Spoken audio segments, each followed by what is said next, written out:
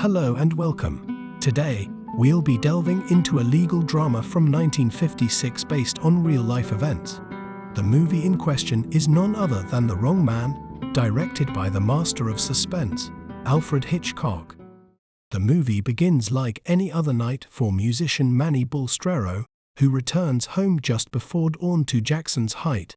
Manny greets his wife, Rose, who is still awake suffering from a horrible toothache.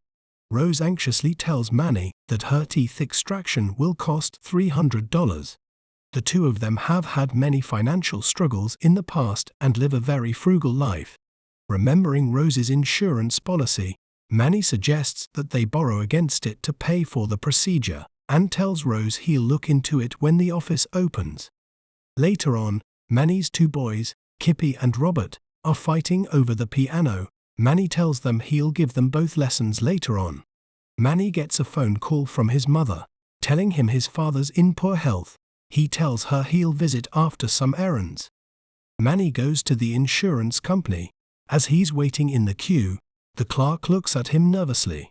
When it's his turn to get served, he goes into his pocket and the clerk becomes even more nervous. He simply pulls out a form and asks if she'll look into his wife's policy. She asks him if he could wait a minute whilst she checks something.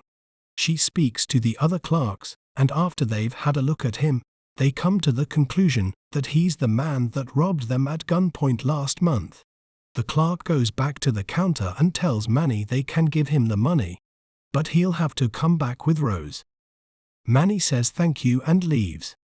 The police, alerted by the insurance clerks, wait outside Manny's home and pick him up on his doorstep at 5:30. Without allowing him to speak to his wife and without telling him why he's being taken into custody, they drive him to the station. After questioning a confused Manny, the police deduce that he has a reason to commit theft due to his financial situation. They drive him to several stores that have been robbed in the past and ask him to walk in and out.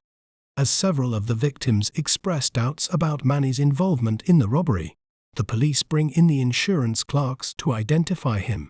To ascertain whether he is the culprit, one of the detectives reads out a printed hold-up note and instructs Manny to replicate the words by writing them on a piece of paper. Since Manny's handwriting closely resembles that of the robbers, they request him to provide another sample by writing out the text once more. Manny, growing increasingly fearful, misspells the word drawer as draw the second time around. Interestingly, this is the same incorrect spelling used by the robber. Due to this mistake and the insurance clerks identifying him, Manny is accused of assault and robbery, apprehended, fingerprinted, and detained in a cell for the night. While Manny's loved ones, including his mother, sister, and brother-in-law, anxiously wait with Rose. Manny has never been late without informing someone, leading Rose to fear that he has been in an accident. Eventually, the police notify them that Manny has been arrested. The next morning, Manny is taken to the felony court.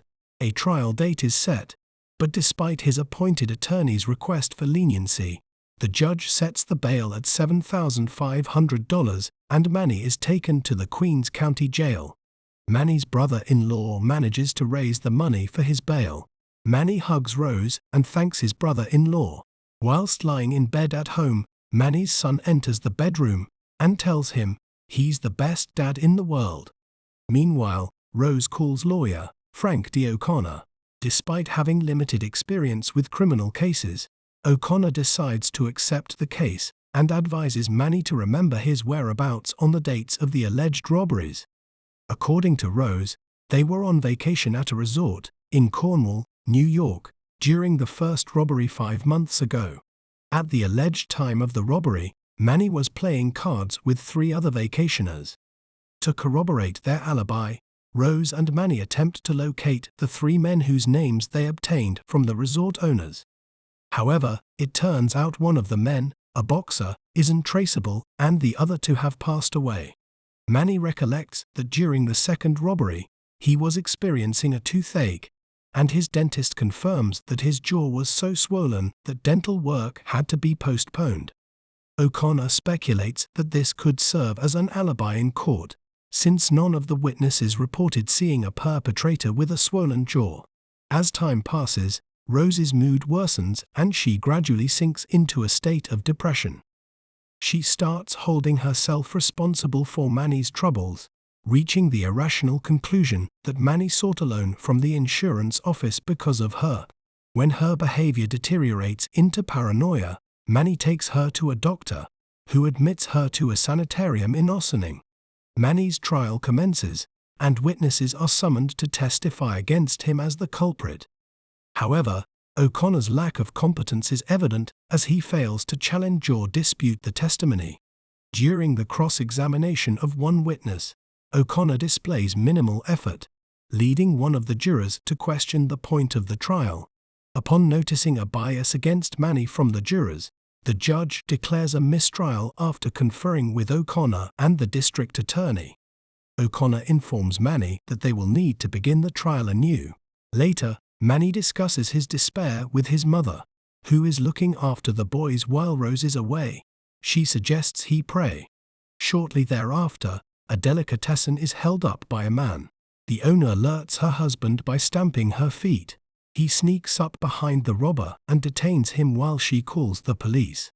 The robber is apprehended and taken to the police station, where he crosses paths with a detective investigating Manny's case in the hallway.